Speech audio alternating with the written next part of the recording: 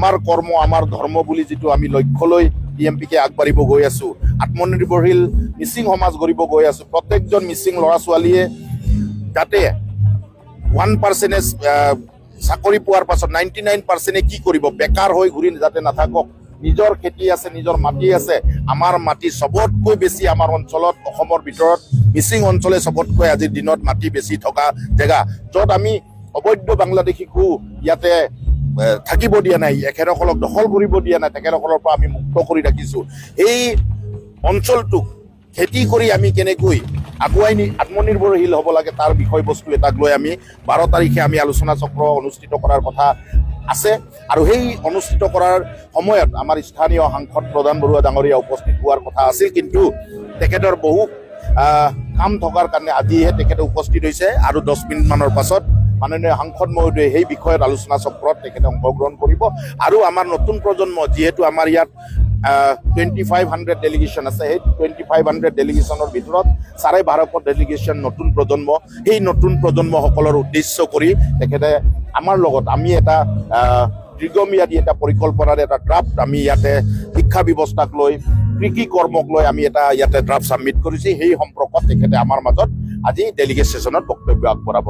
আৰু আমি নিশ্চিত যে তেখেতে দিয়া বক্তব্য আৰু আমাৰ ড্ৰাফ্টে আমি যি পৰিকল্পনা কৰিছে, সেই পৰিকল্পনা দুইটা পৰিকল্পনাক আমাৰ অসম গভৰ্ণমেণ্ট, আমি DMPকে আৰু নতুন প্ৰজন্ম আৰু ভাৰত চৰকাৰৰ মাজত এটা সংলগ্নৰে, এটা কলাবৰেশ্যনেৰে আমি কেনেকৈ আমাৰ শিক্ষা ব্যৱস্থা, গুণগত শিক্ষা ব্যৱস্থা, প্ৰাথমিক শিক্ষা ব্যৱস্থা আৰু আমাৰ অঞ্চলখনক কেনেকৈ আমি কৃষিৰ জৰিয়তে আমি কেনেকৈ আত্মনিৰ্ভৰশীল আমাৰ নতুন সমাজ এখন গঢ়িব পাৰি, তাৰ এটা দীৰ্ঘম্যাদী আলোচনাৰ এটা সমাধা এটা ইয়াৰ পৰা আমি ওলাব পাৰিম বুলি আমাৰ আশাবাদী।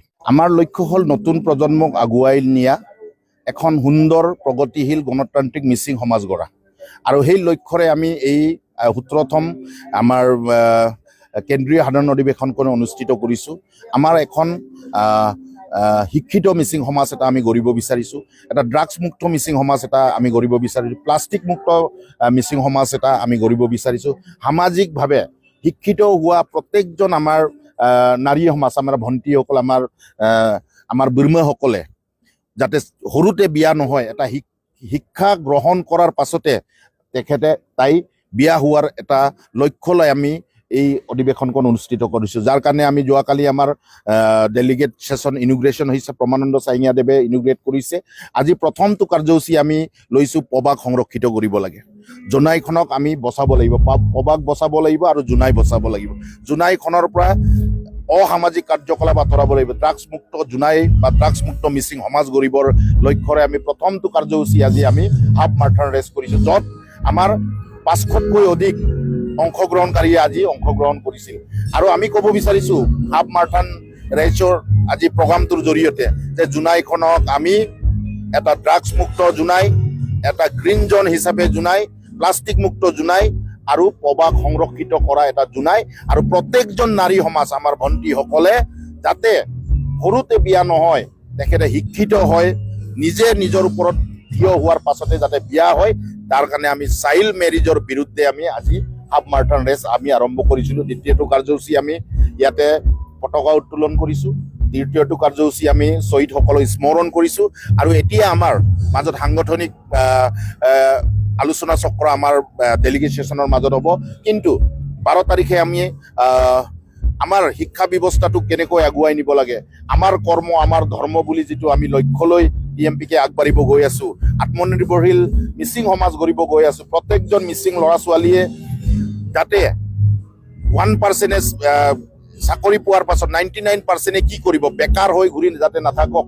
নিজৰ খেতি আছে, নিজৰ মাটি আছে। আমাৰ মাটি চবতকৈ বেছি আমাৰ অঞ্চলত, অসমৰ ভিতৰত মিচিং অঞ্চলে চবতকৈ আজিৰ দিনত মাটি বেছি থকা জেগা, য'ত আমি অবৈধ বাংলাদেশীকো ইয়াতে থাকিব। আমাৰ কৰ্ম আমাৰ ধৰ্ম বুলি যিটো আমি লক্ষ্য লৈ DMPকে আগবাঢ়িব গৈ আছোঁ, আত্মনিৰ্ভৰশীল মিচিং সমাজ গঢ়িব গৈ আছোঁ। প্ৰত্যেকজন মিচিং ল'ৰা ছোৱালীয়ে যাতে 1% চাকৰি পোৱাৰ পাছত 99% কি কৰিব, বেকাৰ হৈ ঘূৰি যাতে নাথাকক। নিজৰ খেতি আছে, নিজৰ মাটি আছে। আমাৰ মাটি চবতকৈ বেছি আমাৰ অঞ্চলত, অসমৰ ভিতৰত মিচিং অঞ্চলে চবতকৈ আজিৰ দিনত মাটি বেছি থকা জেগা, য'ত আমি অবৈধ বাংলাদেশীকো ইয়াতে থাকিব দিয়া নাই, এখেতসকলক দখল কৰিব দিয়া নাই, তেখেতসকলৰ পৰা আমি মুক্ত কৰি ৰাখিছোঁ। এই অঞ্চলটোক খেতি কৰি আমি কেনেকৈ আগুৱাই আত্মনিৰ্ভৰশীল হ'ব লাগে তাৰ বিষয়বস্তু এটাক লৈ আমি 12 তাৰিখে আমি আলোচনা চক্ৰ অনুষ্ঠিত কৰাৰ কথা আছে আৰু সেই অনুষ্ঠিত কৰাৰ সময়ত আমাৰ স্থানীয় সাংসদ প্ৰধান বৰুৱা ডাঙৰীয়া উপস্থিত হোৱাৰ কথা আছিল কিন্তু তেখেতৰ বহু কাম থকাৰ কাৰণে আজিহে তেখেতে উপস্থিত হৈছে আৰু 10 মিনিট মানৰ পাছত মাননীয় সাংসদ মহোদয়ে সেই বিষয়ত আলোচনা চক্ৰত তেখেতে অংশগ্ৰহণ কৰিব আৰু আমাৰ নতুন প্ৰজন্ম যিহেতু আমাৰ ইয়াত 2500 ডেলিগেশ্যন আছে সেই 2500 ডেলিগেশ্যনৰ ভিতৰত 12.5 ডেলিগেশ্যন নতুন প্ৰজন্ম এই নতুন প্ৰজন্মসকলৰ উদ্দেশ্য কৰি তেখেতে আমাৰ লগত আমি এটা দীৰ্ঘম্যাদী এটা পৰিকল্পনাৰ এটা ড্ৰাফ্ট আমি ইয়াতে শিক্ষা ব্যৱস্থাক লৈ কৃষি কৰ্মক লৈ আমি এটা ইয়াতে ড্ৰাফ্ট ছাবমিট কৰিছে সেই সম্পৰ্কত তেখেতে আমাৰ মাজত আজি ডেলিগেট ছেছনত বক্তব্য আগবঢ়াব আৰু আমি নিশ্চিত যে তেখেতে দিয়া বক্তব্য আৰু আমাৰ ড্ৰাফ্টে আমি যি পৰিকল্পনা কৰিছে সেই পৰিকল্পনা দুইটা পৰিকল্পনাত আমাৰ অসম গভৰ্ণমেণ্ট আমি